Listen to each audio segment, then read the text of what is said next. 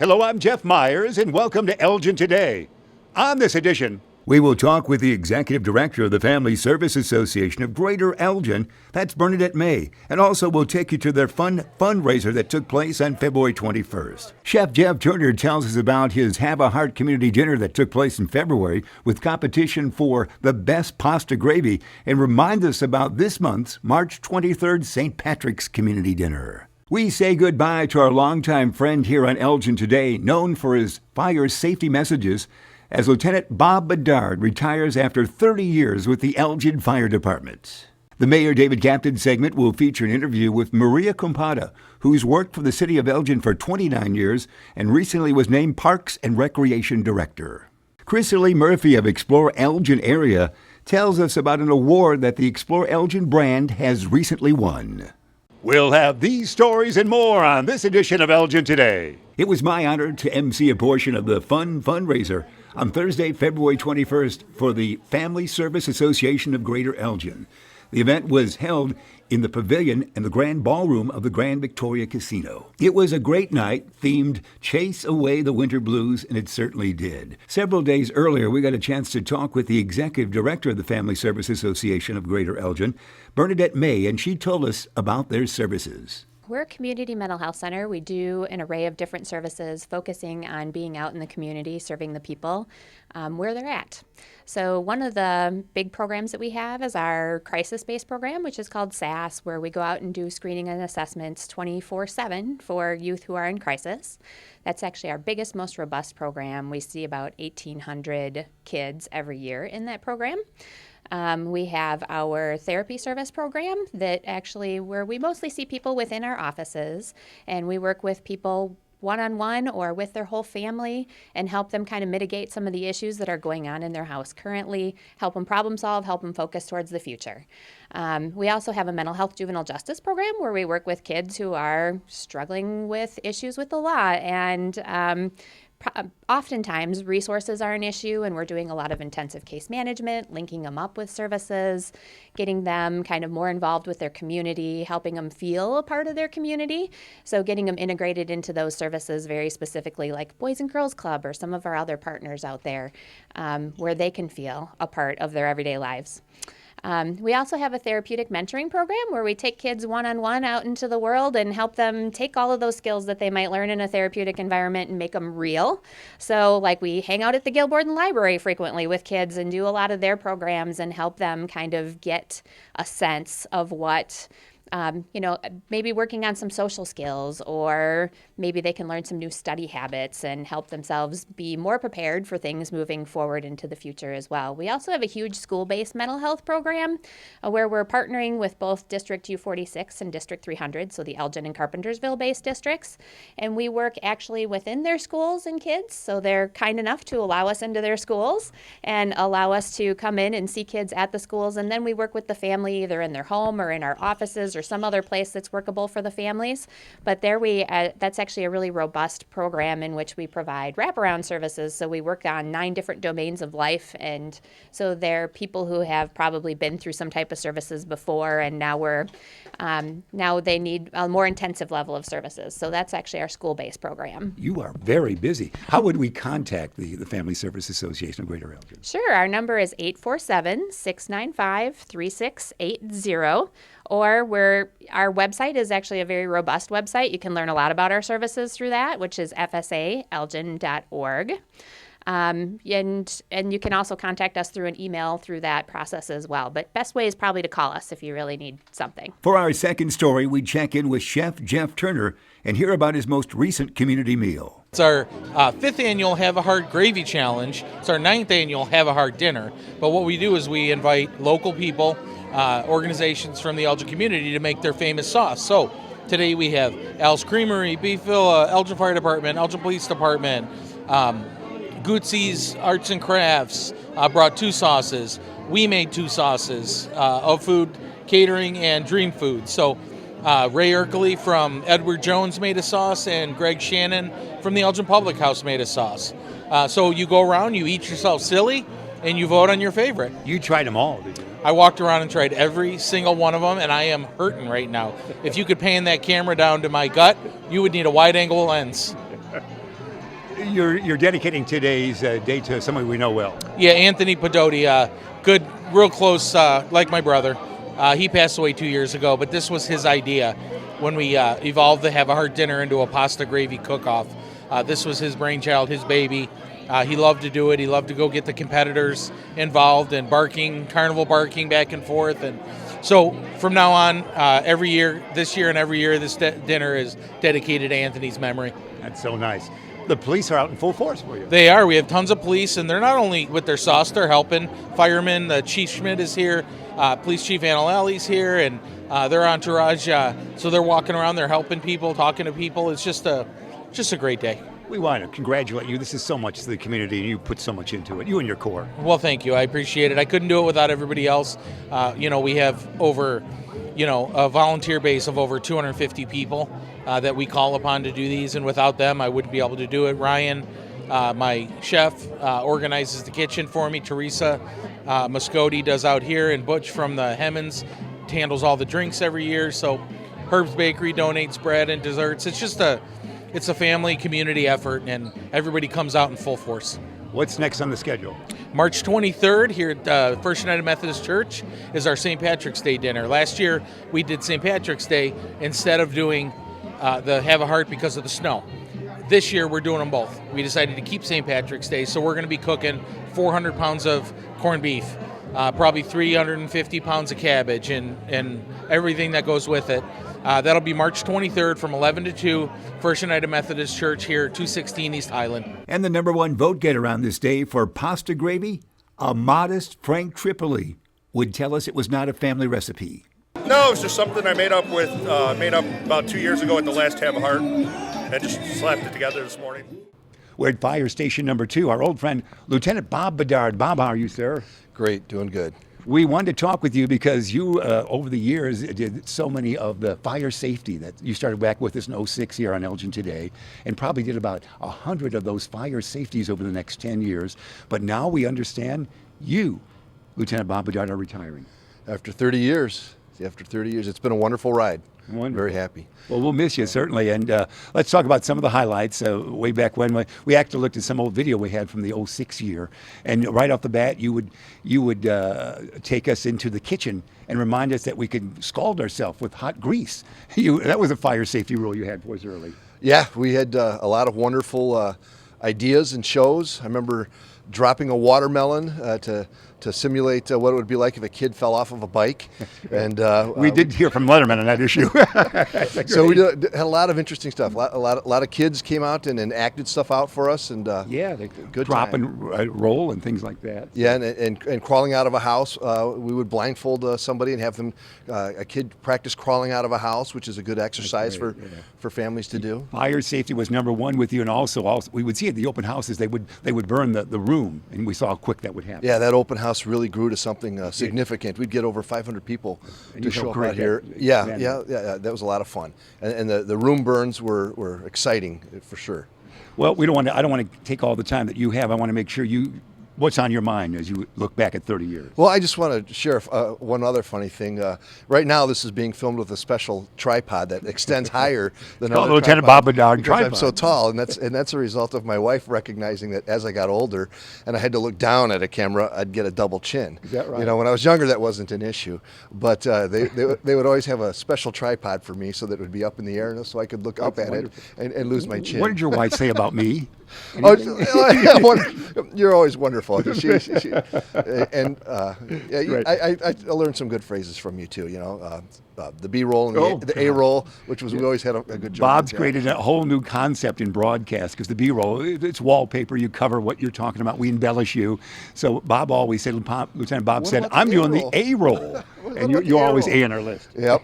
So I think I'd like to end with a couple of things. One was I enjoyed my community involvement. Everything from initially a jiu-jitsu program for kids that grew to 40 kids to being my wife and I being founding members of the Elgin Community Garden Network, over 100 square foot gardens put in the city. Yeah. I'm currently a board member at the Elgin Public Museum. Wonderful. So the effort that we made with our sister cities in Chile and taking 11 firefighters down there, sending them a fire engine, sending them equipment, training them, those have all been exciting for me. And I've always enjoyed the support of the city and other partners like Gail Borden Library, Sherman Hospital, St. Joe's Hospital. So this has been a wonderful community. If you have the desire to do something meaningful, you're going to get a lot of support. The other thing I'd like to point out is that the fire department has done an amazing job. As I look over 30 years, you know, when I started, we were in an open cab with, and it didn't have a clutch, as you know. Think of a clutch now. Wow.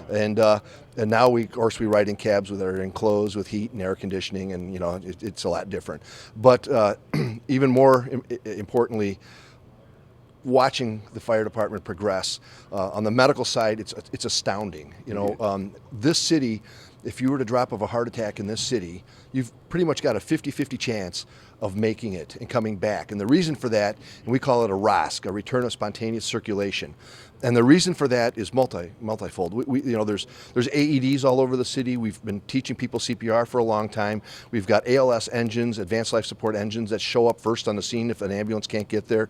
But the biggest jump for us has been the Lucas device, the machine that provides automatic CPR, very aggressive CPR, and that's really key. Wow. to a lot of success. So watching that has been an amazing thing. The other thing I want to note is that there's very few fires now that compared to what it was like when I first came on. I had a day where we had 3 structure fires in one day back in 1990, and now it's rare. And there's a lot of reasons for that, code and enforcement and other things. But one of the big ones that I want to give credit to are Chief Mike Felice and Chief Mike Baker. They're gone now, but they created an education program, a grade school program, that was an award-winning, nationally recognized program.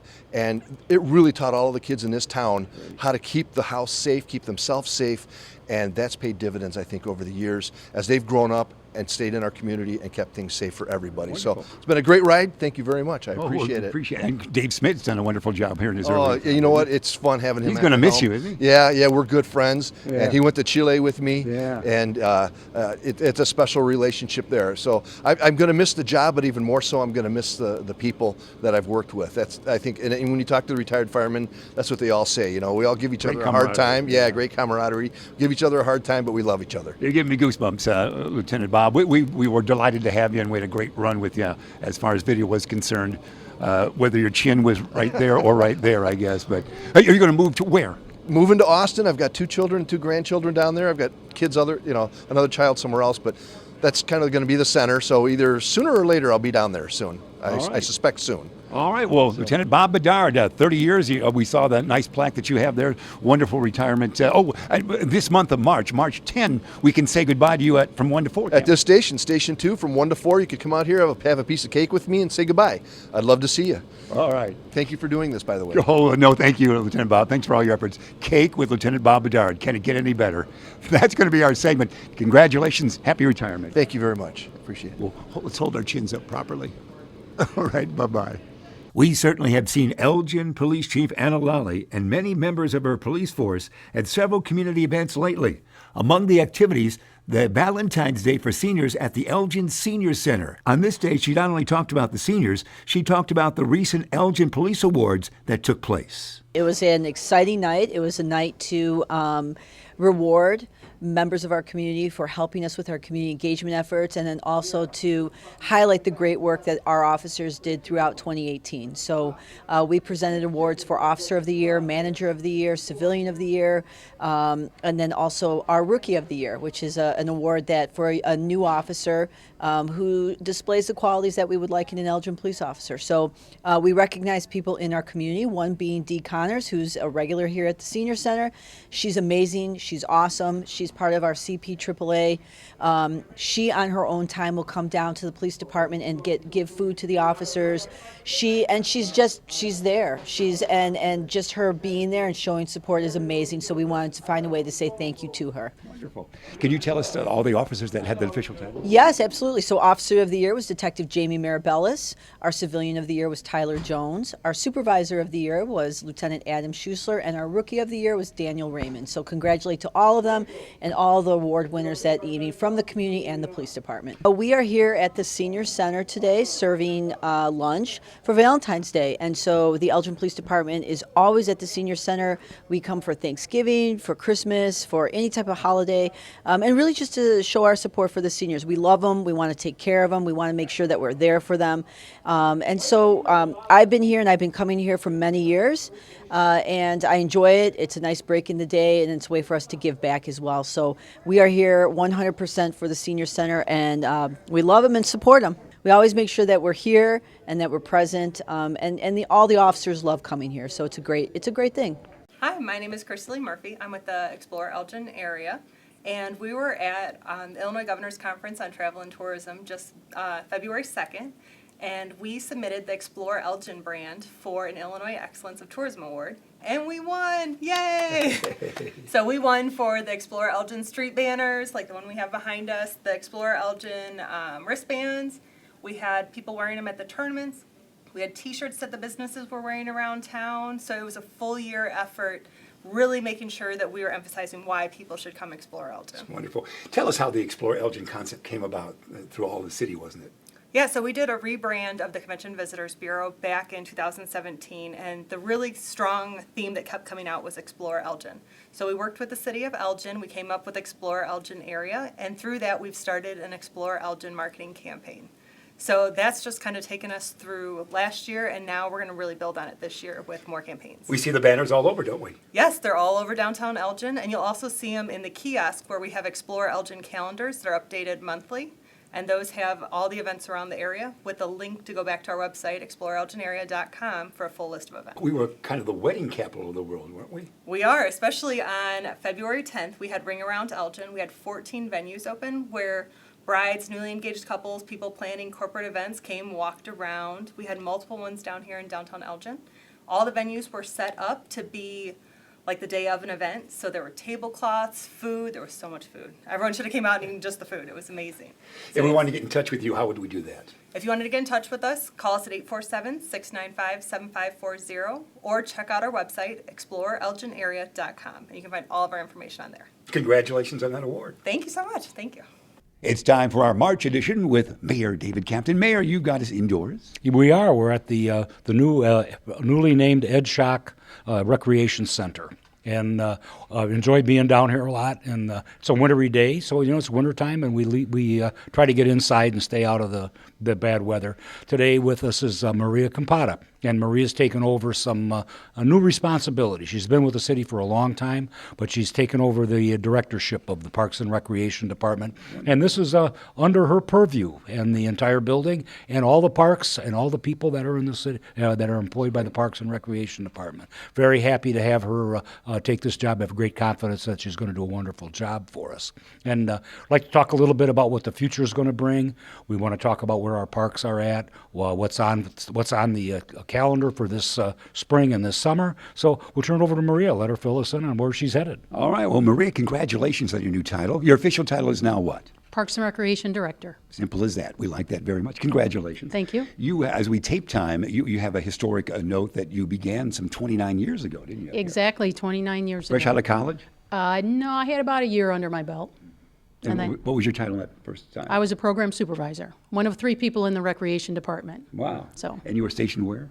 My office started at City Hall, and shortly after that, we moved down to 31 South Grove. Wonderful. We're going to hear about your summer plans, as the mayor said. But St. Francis Park, the mayor and I were there for ribbon cutting. What a beautiful addition that was last summer. St. Francis Park has been a huge addition to the parks. It was a great renovation. We got a lot of great amenities out there, and the use of that park far exceeds any of the other parks in the community. Very active. You're a pickleball expert now, aren't you? I am. And correct me if I'm wrong, but part of that money came from the federal block grant.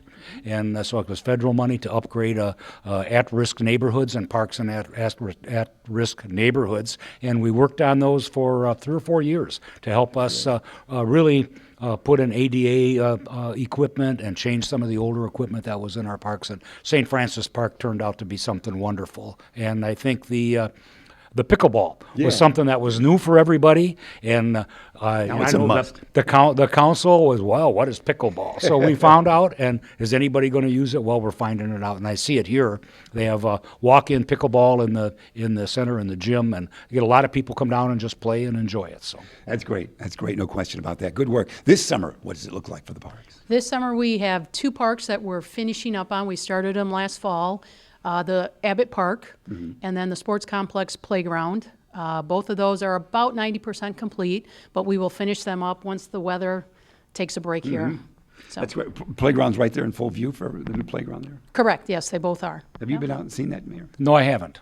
All right. Well, I'll then get you're there when dismissed. I'll get there when it's. I'll get there when they get it finished. You're indoors Maybe we'll walking. do a ribbon cutting. That's what I do. Yeah. Well done. That's exciting. What about the of course, that park can always expand, the sports park, because you got more land now, don't you? Oh, yes, we do. We have quite a bit more. And part of a deal with the state of Illinois, we made a trade with Elgin Community College, and we took over part of the old San Filippo property. So we go all the way down to State Street, and there's plans there to we have to run the road through. We're going to make a connection there so it's easier to get in and out of the sports complex.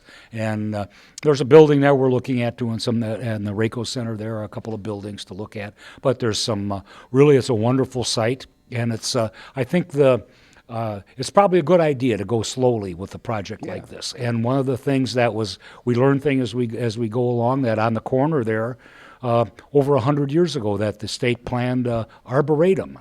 Really? So there were trees put in there, and people have asked about revisiting some of those kind of things. Is that something that we want to look at as a natural? I always heard they put a tree on almost for every state in the front when that opened up in the They 1870s. did, and yeah, exactly. And it was so it's something unique that was came out of the archives for that.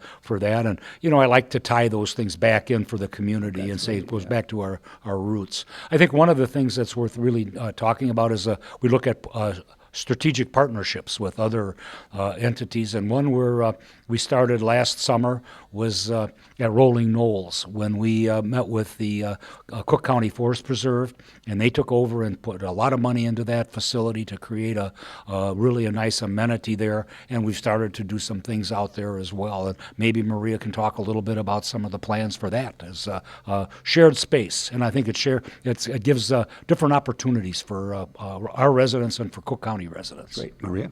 Yeah, we have a great relationship with the people that are stationed at that facility. We've done some programming out there. They do some programming for our summer day camps and for some of our youth programs. We just confirmed that on June 1st, we will hold our Fish for Fun event out there. Really? With we hold that event with the Isaac Walton League. The members of the Ikes help us run that event, so we're going to hold it out there this year, which should be a great spot. It's a great event. It's a great property. If people haven't been out there, they can go out there, park their car, and just walk the property. It's a really beautiful property. That's nice. Here at the Edward Schock Center of Elgin in the month of March, you've got a couple special events. We have, not only here at the Edward Schock Center, but throughout town. Activate Elgin coordinates March into Fitness. So in this facility on March 1st is an event it's a U46 event, but it's open to everybody in the community. And kids that come, there's going to be different vendors as far as nutrition and health vendors. And kids who come, if they visit all the vendors, they can get a free pass to the center for the day. That's great. And then on March 2nd over at Gail Borden Library is the official kickoff to March into Fitness. You've got a job fair on March 12th, is that right? We have a job fair here at the center on March 12th at the Heritage Ballroom from 4 to 7 p.m. And that is primarily for our summer and seasonal workers.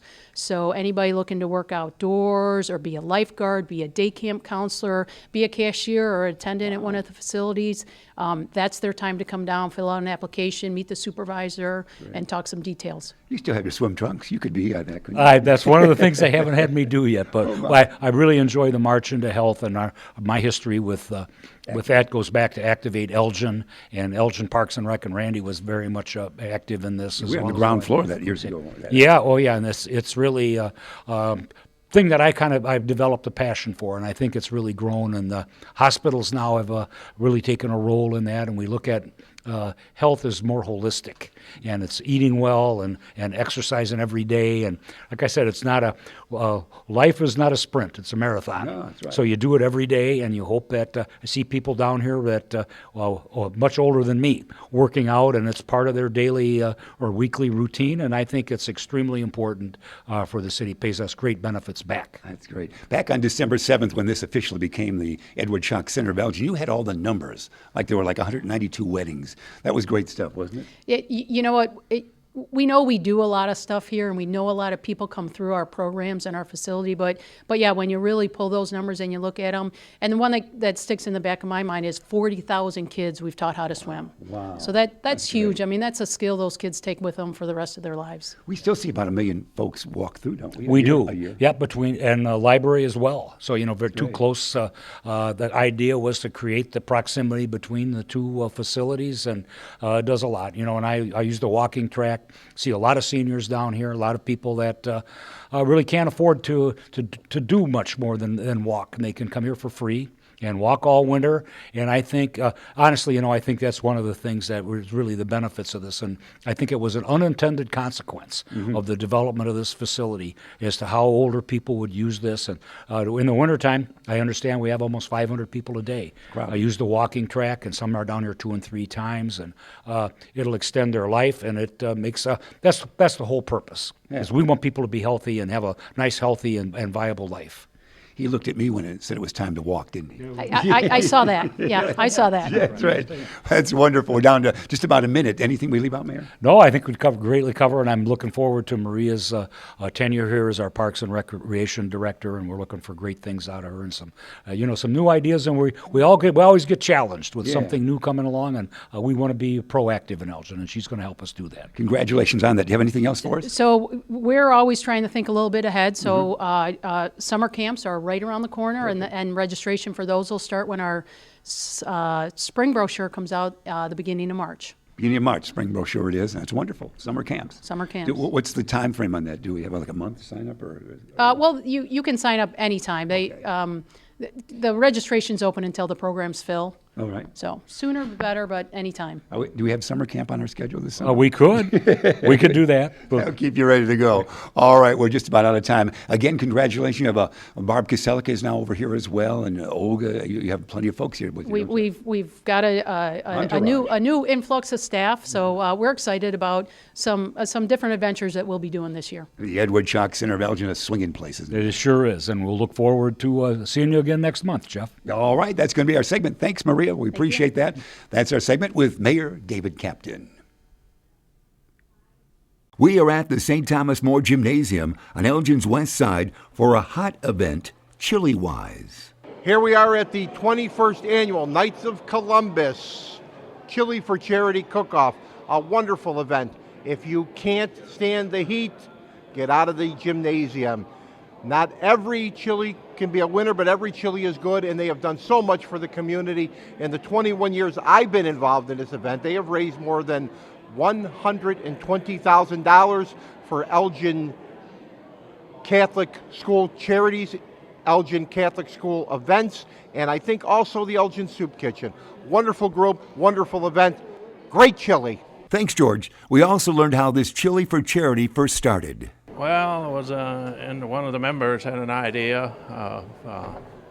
Denny Marquis is his actual name. He since moved on to St. Charles Council because he moved, but it was his idea in '99 to just got the name sounded good, Chili for Charity. So that was the beginning of it. And we don't have a booklet for that year, but we have. Starting in 2000, they're all right over here on the table. Those books are great. So They're wonderful. Shows the different names and categories and the people's name for the chili. You get 50 chilies coming from all over our area. Yes, right. Whoever wants to join, I can cook chili and put a name on it, and that's it. You can learn more about the information you saw here in Elgin today or about city services, programs, and events by going to the Elgin website at www.cityofelgin.org. And now the City of Elgin has a 311 contact center. Elgin 311. Call, click, connect. by calling 311, the city's information and request resource. Elgin Today is produced by BTE Video for the City of Elgin. Our producer is Jeremy Hayes. Our still photographer is Bruce Shipyor. I'm Jeff Myers. Thanks for watching Elgin Today.